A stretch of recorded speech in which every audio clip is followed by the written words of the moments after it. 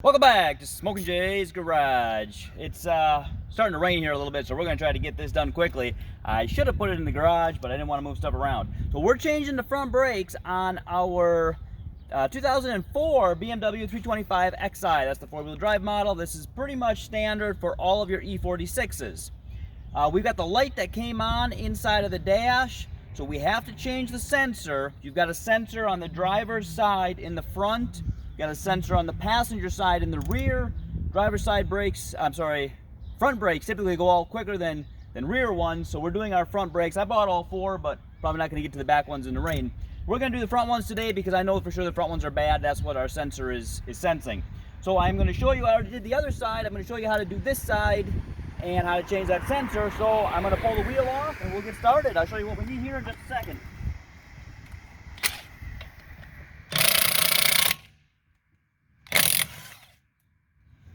Keep in mind, BMW uses lug bolts, not lug nuts, so your entire bolt comes out.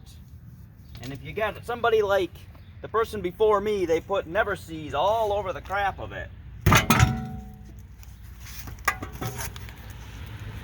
Alright, get this out of the way. So right here, this green wire, this is going to be our sensor. We're going to have to pop that out. I'll show you how to do that. I am not replacing my rotors, but maybe I should have. So we're going to take a screwdriver. This is actually one of the harder parts. We're going to pop this out. If this spring is in good shape, typically it's hard to get out. If it's pretty worn out, then it'll pop right off.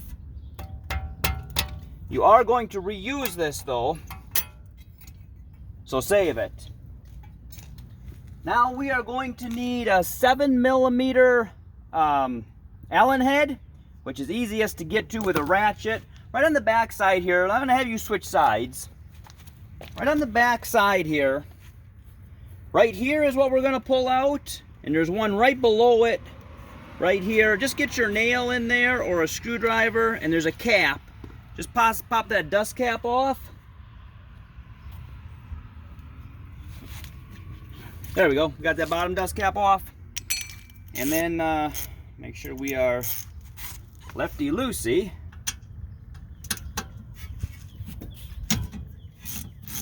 And we'll pull this out. So we got this one right here. And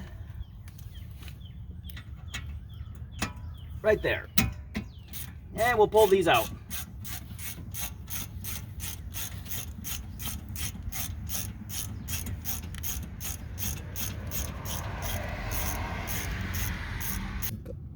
To get our screw out right here, we might need to take our screwdriver and just push on it a little bit because it's in rubber there. Till it pops out enough, we can just slide it out. It looks like this. We're going to do the exact same thing to the bottom one. I have the cap off of my master cylinder. That allows the air to come out as we compress the calipers, which we're going to have to do.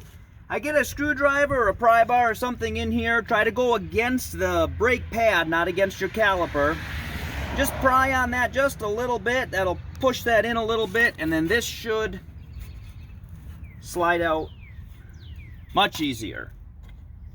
You may still have to tap on it.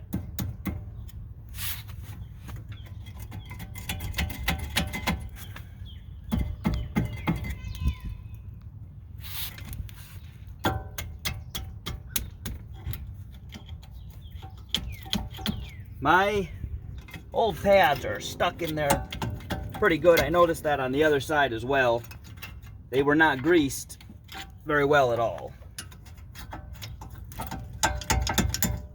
It took a little bit of prying. We got that off. We got quite a bit of rust on this vehicle. Hopefully yours does not look this bad.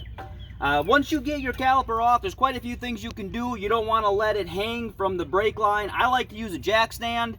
You got one of these Harbor Freight jack stands. They're almost guaranteed to hold up that much weight. I've seen other people take a bungee cord, or they actually make some type of doohickey that you hang onto your spring or whatever so it holds on there. But we are going to take our needle nose pliers right here, and we're just going to pop this wire right out. Although it's probably not going to come out on ours because it's pretty messed up. So that's okay. We don't actually need it out. We're going to undo it over here. And we're just going to pull this pad. This one has a clip in it. Should just pull right out.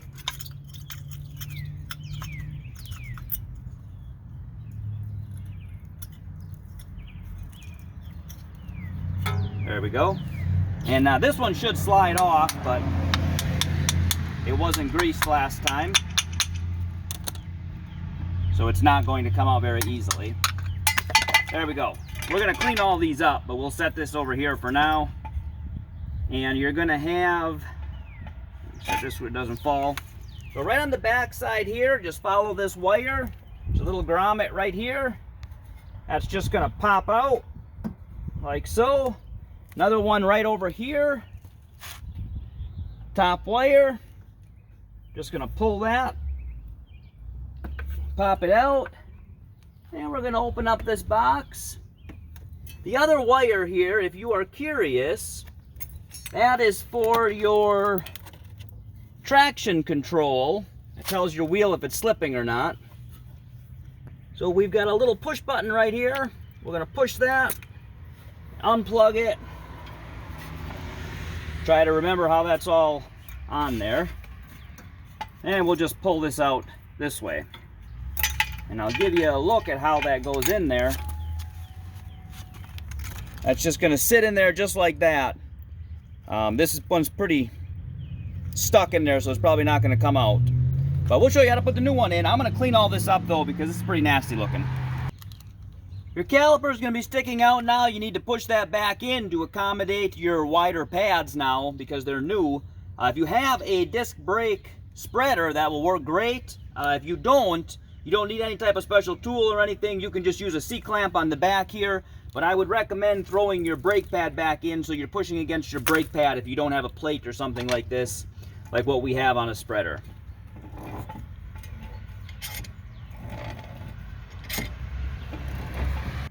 We're going to show you how to put this in out here because it's going to be easier. You can see goes against, the one with the clip goes against the inside.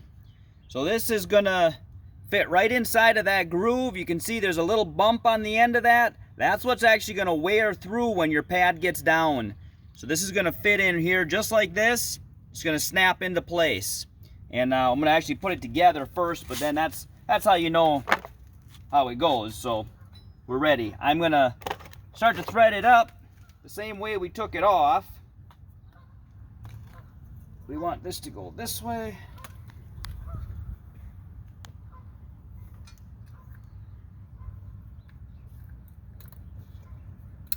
It should only go on one way. And we'll get this back inside of here.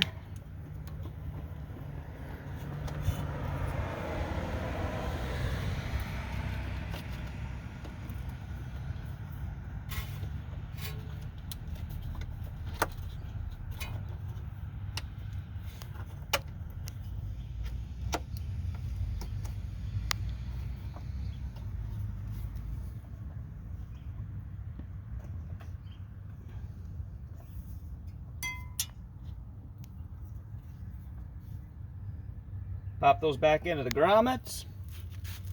And now our wire is ready to go in. I don't like how this popped in here though. I'm going to turn that just a little bit, I think. You're going to want some grease.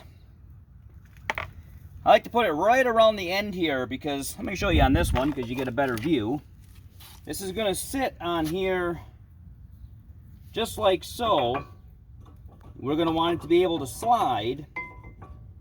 And it's got to slide through here as well. That's where it was stuck on the other one. So I'm going to go ahead and put a little bit of grease all around both of those. Now I have seen people take their two pads and rub them together. Don't know why they do that. If somebody has seen that before or you know why they do that, let me know. Because I don't know why they do that. I'm going to just clean that up a little bit more. All right, and we're going to do the exact same thing to the other one. That's going to snap into place, and then this will slide right over.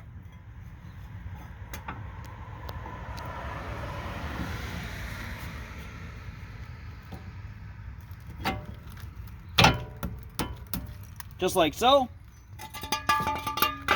And before I forget, I'm going to plug this right back in. Remember that the nipple side goes towards the rotor.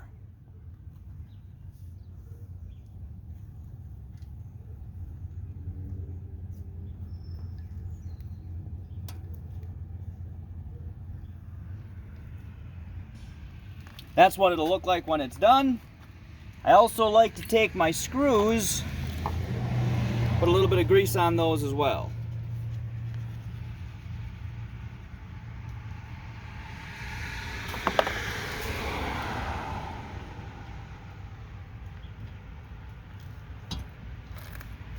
Pop that one in. I cleaned these up as well. You're probably going to want to do the same thing. Get all the old grease or whatever off of there.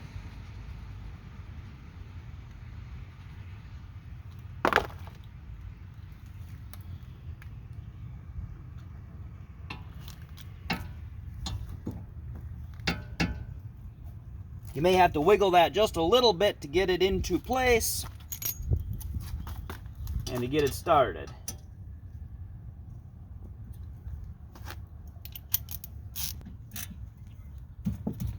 Snug those up a little bit. Make sure that you put your cap back on. Also, because we compress that all the way, when you get in your car and you start it up, you're going to want to slowly pump your brakes 2 or 3 times until you get pressure, or you are not going to have any brakes. Now I'm going to go wash my hands, and we're going to fire this up and make sure that our light goes off. We almost forgot. Don't forget to put your little dust caps back on there. And then this retaining clip, I'm going to go like so. Actually goes on a lot easier than it comes off.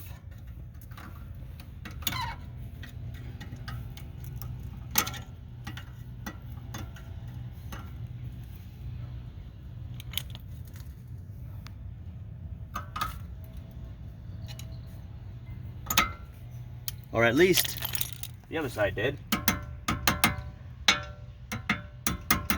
Alright, now we can put our wheel back on.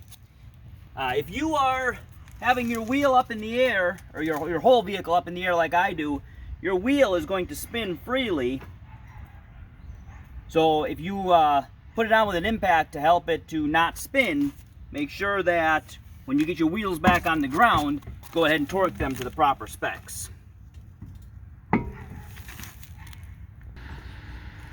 Once you pump your brakes, remember to pump your brakes a few times. I'm not going to pull my car down because I'm still going to do an oil change on it yet and stuff.